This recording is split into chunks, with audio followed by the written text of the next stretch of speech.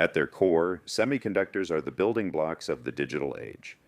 By manipulating electricity, silicon chips act as the logic that allows your gadgets to think, process information, and connect us to the world.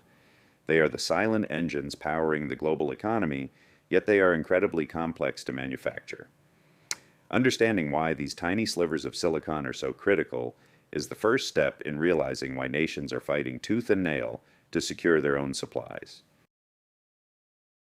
The chip industry isn't just local, it's a web that spans the entire planet.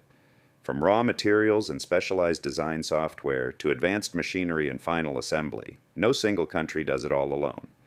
A single chip might travel across several borders before it ever reaches your device. This interconnectedness is a marvel of efficiency, but it also creates a dangerous bottleneck. If one link in this chain breaks, the entire global flow of technology can grind to a halt. For decades, the United States has held the throne in semiconductor design. Through companies like Intel, NVIDIA, and Apple, America dominates the intellectual property and R&D landscape. This design leadership isn't just about making faster computers. It's about setting the standards for AI, cloud computing, and cybersecurity.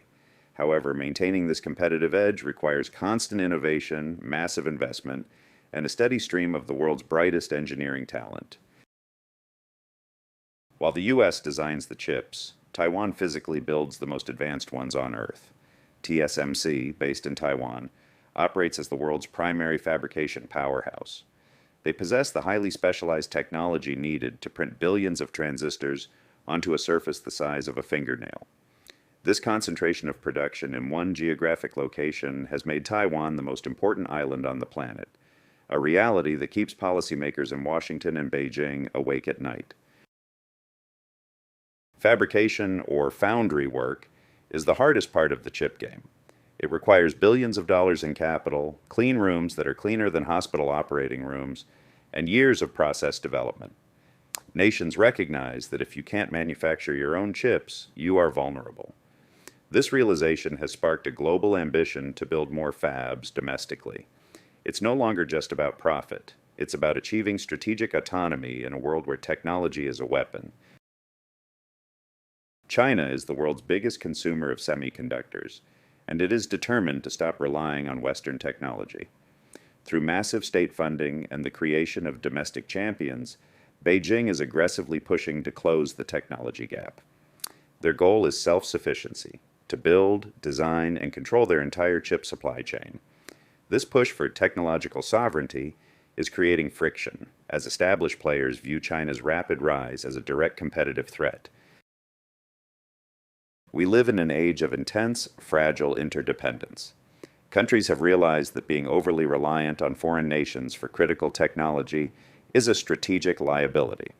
Whether it's a trade dispute, a pandemic, or geopolitical tension, relying on distant suppliers is risky. This has forced nations to rethink their supply chains, sparking a reshoring movement. Everyone is looking to bring chip manufacturing closer to home, even if it's more expensive to build locally. The current frontier is the race to the smallest node, currently down to 3 nm and 2 nm.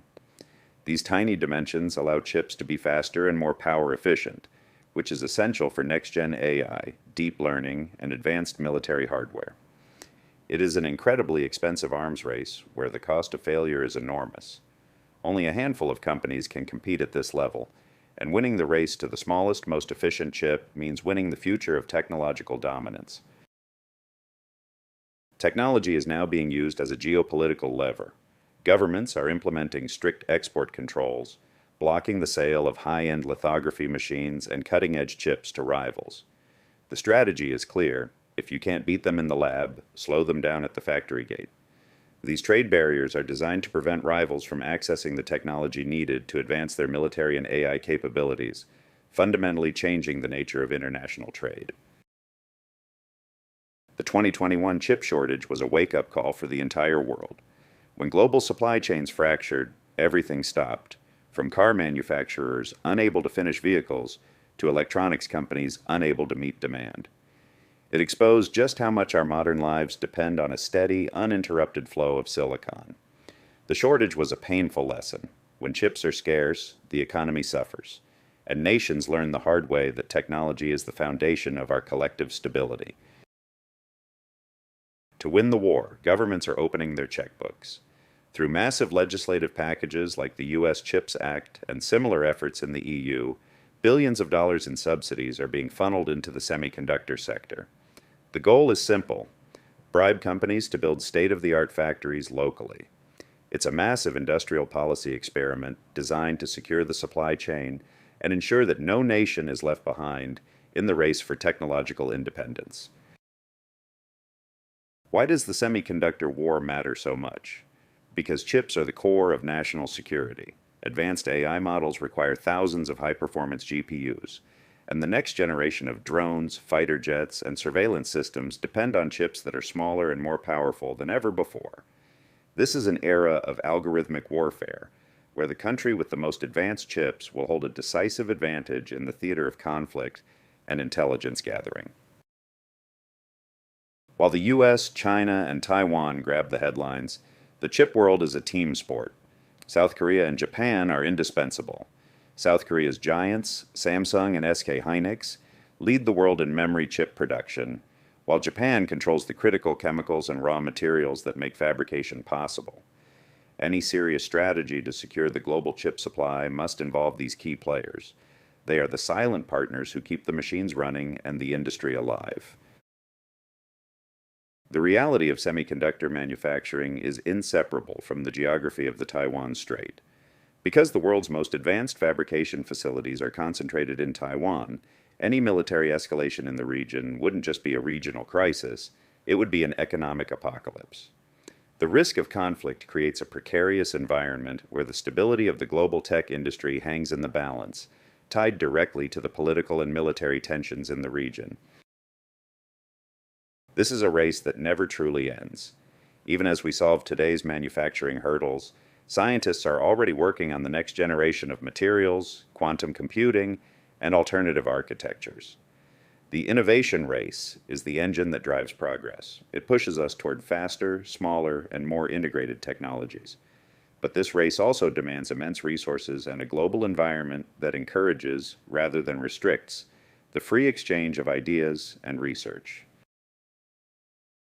As we look forward, the fundamental question remains: will the semiconductor wars lead to a fractured protectionist world, or can we find a path of cooperation? The stakes couldn't be higher. Technology should be a bridge between nations, but right now it is becoming a wall. Finding a balance where innovation thrives while national interests are protected will be the defining challenge of our generation. The future of the digital world depends on how we choose to compete today.